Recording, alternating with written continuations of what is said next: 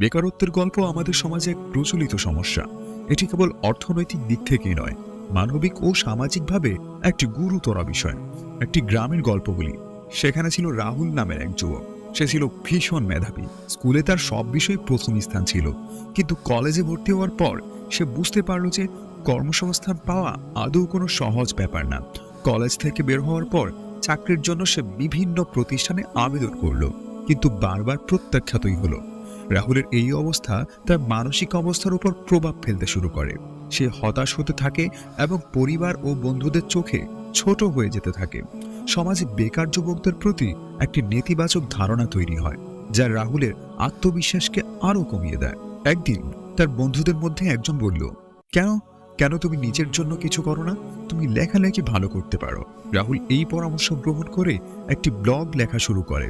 তার লেখার মাধ্যমে সে নিজের অভিজ্ঞতা, সৃজনশীলতা এবং সমাজের সমস্যা তুলে ধরতে শুরু করে।